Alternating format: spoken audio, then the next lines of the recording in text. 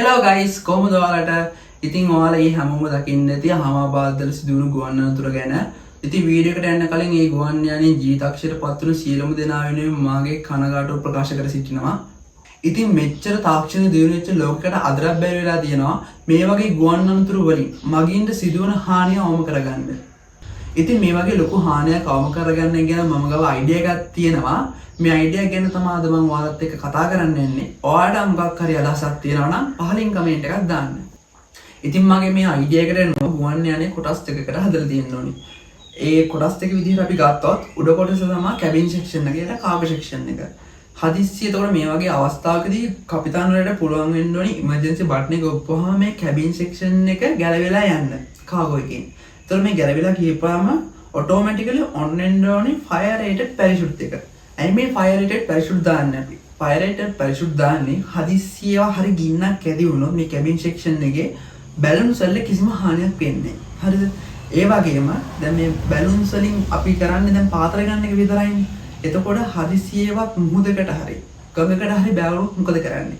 ඒකට අපි යටින් දෙන්න ඕනේ ෆයර් රේටඩ් එයාර් බැලුන්ස්. ඒකට හැබැයි ගහලා තියෙන්න ඕනේ ඔක්සිජන් නෙමෙයි නයිට්‍රජන්. හරිද? එතකොට දැන් හදිසි අවස්ථාවකදී අපිට පුළුවන් වෙනවා මුහුදකට වැටුණා කිසිම මිනිස්සෙට කිසිම හානියක් වෙන්න තියෙන්න තියාගන්න. ඒ වගේම පොළොවකට වැටුණොත් එකපාර මෙහෙම පොළොවට වැටෙන්නේ. එතකොට අපිට ඒ හානිය තවම කරගන්න පුළුවන් මේ ෆයර් රේටඩ් එයාර් බැලුන්ස් හින්දා.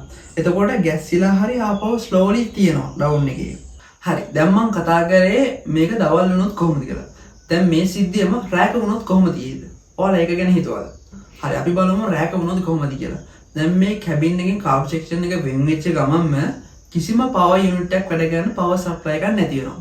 එතකොට අපිට පුළුවන් කැබින් එකේ යටට හයි කරන්න හයි පවර් සවුන්ඩ් ප්‍රූෆ් ජෙනරේටර් එකක්.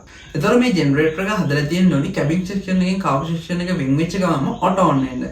එතකොට කැබින් එකේ වැඩ කටයුතු වලට අවශ්‍ය ඉලෙක්ට්‍රික් පවර් එක මේ ජෙනරේටර් එකෙන් සපයා ගන්න පුළුවන් වෙනවා. හරි. දැන් ඔයාලා සමහරට ප්‍රශ්නයක් ඇති ඇයි මම කැබින් සෙක්ෂන් එකෙන් කාග් එක වෙන් කරේ කියලා.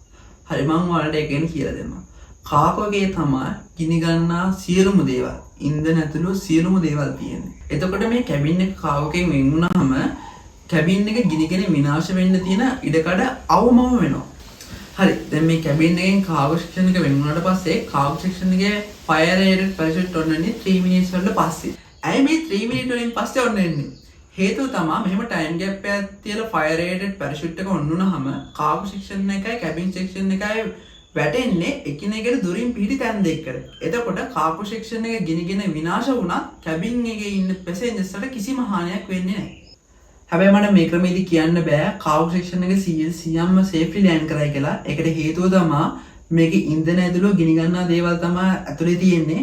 ඒකින්ද මේක ගිනිගෙන විනාශ වුණා පැසෙන්ජර්ස්ලාගේ සේෆ්ටි එක 99%ම ගන්න පුළුවන්. මොකද ඒකේ කිසිම ගිනි ගන්නා දෙයක් නැති හින්දා. ඉතින් මේ මගේ අයිඩියා එක ගැන ඔයාලට මොකද හිතෙන්නේ කියලා පල්ලෙහෙන් කමෙන්ට් එකක් දාගෙන යන්න. ඉතින් මේ වගේ අලුත් වීඩියෝයක් අරන් යනකම් මම අදට සමුගන්නවා. Goodbye.